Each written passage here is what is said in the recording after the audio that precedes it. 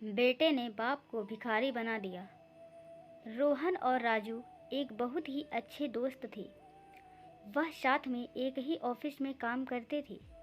एक दिन 6 बजे ऑफिस खत्म होने के बाद मैं घर नहीं गया क्योंकि मेरे दोस्त राजू ने मुझे फ़ोन किया था कि वह मुझे वड़ा पाव के सामने वाली शॉप पर आकर मिले। उसे कुछ शॉपिंग करनी है, इसलिए उसने कहा था कि तुम वहीं पर रुकना, हम साथ में शॉपिंग करेंगे। मैं वहां पहुंचा। मेरा दोस्त अभी तक वहां नहीं आया था, इसलिए मैं शॉप के सामने एक पार्किंग में लोहे की रेलिंग लगी हुई थी, वहीं एक एंगल पर मैं चढ़कर बैठ गया और अपने दोस्त का इंतज़ार करने लगा। फिर मैंने कुछ समय बाद देखा कि एक 75-76 साल का बुजुर्ग आदमी डंडा लिए, आंखों पर मोटे कांच वाले चश्मे पहने, गंदे धोती और कुर्ता पहने मेरे पास आया। मैं ऊपर 2-3 की फीट की ऊंचाइयों पर बैठा था। उस बूढ़े ने मेरे पैर छुए और बोला, बेटा मुझे भूख लगी है, क्या तुम मुझे एक वड़ा पाव खरीद कर दे दोगे तो बहुत अच्छा होगा। फिर मैंने जब उस बूढ़े आदमी की तरफ देखा तो वह मुझे भिखारियों के जैसे नहीं लग रहा था। ऐसे ही अचानक किसी बुजुर्ग ने जब मेरे पैरों को हाथ लगाया तो मुझे बहुत ही अजीब सा महसूस हुआ। मैं तुरंत कूदा और नीचे उतर कर आ गया और मैंने अपने जेब में हाथ डाला। फिर मैंने उसे 50 रुपये निकाल कर उस बुजुर्ग को देते हुए कहा, भूख लगी है तो यह लीजिए 50 रुपये और कुछ जाकर खा लीजिए। बुजुर्ग आदमी ने कहा, नहीं बेटा, पैसे मत दो, बस एक वड़ा पाव ला दो, मेरे लिए इतना ही काफ़ी है। फिर मैंने कहा, ठीक है, मैं अभी लाता हूँ, आप यहीं बैठिए। यह कहकर मैं दुकान पर गया और एक वड़ा पाव खरीद कर लाया और उन बुजुर्ग को खाने के लिए दिया। बुजुर्ग नीचे बैठकर वड़ा पाव खाने लगे। तभी वह मेरी तरफ देखकर बोले, बेटा ऊपर मत बैठो, गिर जाओगे, यहाँ आओ, मेरे पास बैठ जाओ तो मैं भी अच्छे से वड़ा पाव खा सकूँगा। मैं उन बुजुर्ग का कहना टाल नहीं सकता था और मैं उनके साथ बैठ गया। फिर मैंने उनसे पूछा, कहाँ जाएंगे आप यहाँ किससे मिलने आए हैं और क्यों आए हैं। फिर उस बुजुर्ग आदमी ने जवाब दिया, बेटा मैं नागपुर से आया हूँ, एक छोटे से गांव में रहता हूँ। यहाँ मुंबई में मेरा तुम्हारे जितने उम्र का एक बेटा है, वह बड़ी कंपनी में काम करता है, उससे मिलने आया हूँ। 2 साल पहले उसकी शादी हुई थी, उसने लव मैरिज शादी की थी। बहुत पढ़ी लिखी बहू है, नए सोच विचारों वाली है। उसे सास ससुर यानी कि हम पति पत्नी उसे गंवार लगते हैं, इसलिए हमारे साथ रहना उसे पसंद नहीं है।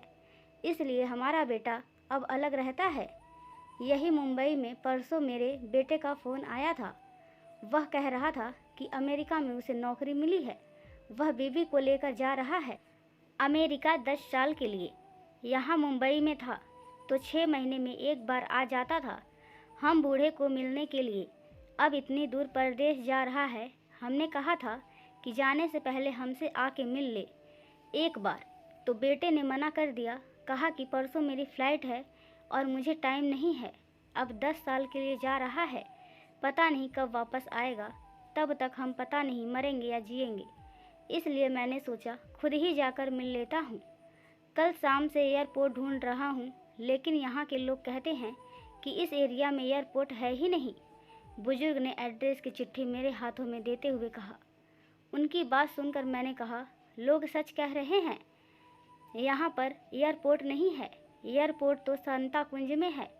बुजुर्ग ने मेरी तरफ देखकर कहा, लेकिन परसों जब मेरे बेटे का फ़ोन आया था तब उसने यही पता लिखवाया था मुझे।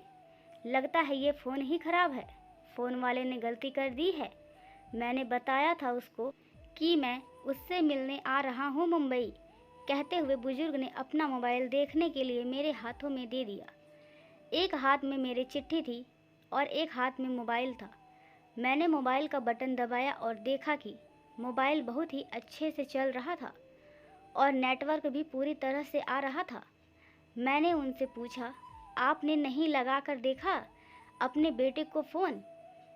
तो बुजुर्ग ने कहा, मुझे कहाँ लगाने आता है बेटा, कोई फ़ोन करता है तो उठा लेता हूँ। फिर मैंने रिसीव कॉल में जाकर जब आखिरी आए नंबर पर कॉल किया तो 2 रिंग बजने के बाद कॉल कट हो गया। फिर मैंने एड्रेस चिट्ठी खोल कर देखी, उसमें हम जहाँ बैठे थे वहाँ का एड्रेस था, यानी कि जानबूझकर गलत एड्रेस उसके बेटे ने दिया था। मैं समझ चुका था कि गलत पता देकर उनका लड़का अपने माँ बाप को टाल रहा है और अब वह उनका फ़ोन भी नहीं उठा रहा है। अब मुझे मालूम पड़ चुका था कि वह जिस प्लेन में सवार हो चुका था वह कभी भी उसके माँ बाप की दिशा में उड़ने वाला नहीं था। फिर उसके बाद मेरा दोस्त वहाँ आता है और बोलता है, चलो शॉपिंग करने चलते हैं। मैंने उसे 2 मिनट रुकने के लिए कहा और सोच में पड़ गया। मैं समझ नहीं पा रहा था कि अपने बेटे की तरफ से होने वाली धोखेबाजी को समझ नहीं पा रहा था या खुद के संतान को उनके साथ ऐसा व्यवहार कर सकता है यह स्वीकार नहीं कर पा रहे थे। मैंने बुजुर्ग से बोला, अब तो आपका बेटा जिस प्लेन में बैठा है वह उड़ चुका होगा।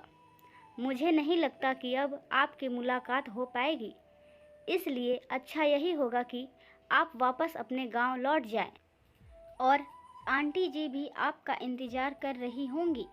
मेरी बात सुनते ही अगले ही क्षण उन बुजुर्ग की आंखों में आंसू भर आए और वह रोने लगे। आंसू भरी आंखों से मेरी तरफ देखने लगे। घर जाने के लिए मैंने पैसे देते हुए मैंने पूछा, अंकल जी, मैं कब से आपके हाथों में डिब्बा देख रहा हूँ, क्या है इस डिब्बे में? बेटा, इस डिब्बे में मोतीचूर के लड्डू हैं जो मेरे बेटे को बहुत पसंद है, उसकी माँ ने भेजे हैं उसके लिए। यह सुनते ही मेरे दिल के तार तार हो गए। मैं सोच में पड़ गया और मेरे दिल को बहुत ही गहरा ठेस पहुंच गया। मेरी ऐसी हालत हो गई कि मैं निशब्द होकर बुजुर्ग की तरफ देखता रहा और वहीं बैठा रहा। फिर मेरे दोस्त ने कहा, भाई चलो देर हो रहा है। मेरे दोस्त की आवाज़ मेरे कानों तक पहुंची और मैं होश में आया। ऐसे उस भीड़ में उसके पीछे पीछे चलने लगा। घर पहुंचकर आधी रात को मैं सो नहीं पाया। यही सोच रहा था कि मेरे मन में उठ रहा ये सवाल, एक बड़ा पाव के भीख मांगने वाला वह बेचारा आदमी भूख से बेहाल होकर भी अपने साथ मोतीचूर के लड्डू में से एक भी लड्डू खा नहीं सकता। क्या बेटे से इतना प्यार था उसे? दोस्तों, ये वीडियो आपको कैसी लगी? अगर वीडियो अच्छी लगे तो वीडियो को लाइक करें, शेयर करें और चैनल को सब्सक्राइब करें। Thank you.